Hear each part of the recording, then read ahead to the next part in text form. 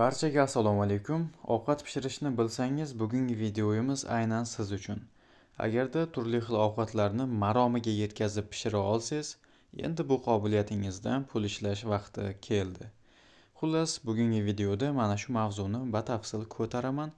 Siz esa turli xil ma'lumotlarga ega bo'lasiz. Shunday ekan, videomizni oxirigacha tomosha qiling. Biz boshladik.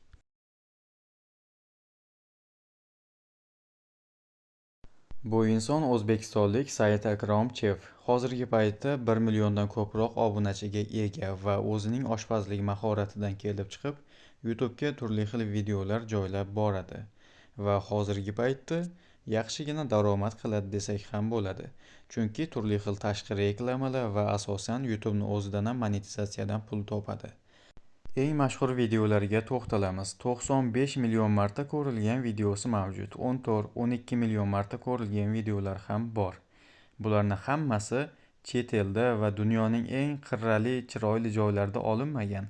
Aynan O'zbekistonning tog'li hududlarida, O'zbekistonda olingan videolar.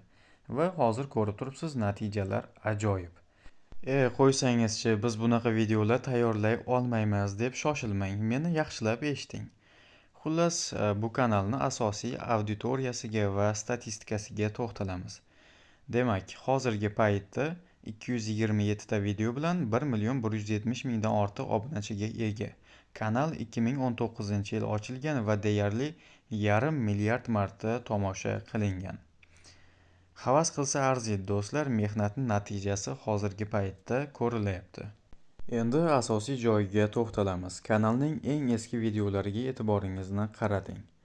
Unchalik sifatli va ko'zni qamashtiradigan jimjimador narsalar yo'q. Ya'ni hozirgi paytidan ancha sifatsizroq videolar joylangan. Ammo hozirga kelib mana natijalar bo'lyapti. Endi qanday xulosa olishimiz mumkin? Agar siz haqiqatdan ijod qilmoqchi bo'lsangiz, bitta yaxshi kamerali telefon bilan ijodni boshlab olish mumkin. Masalan, olaylik, yoz fasli kelyapti.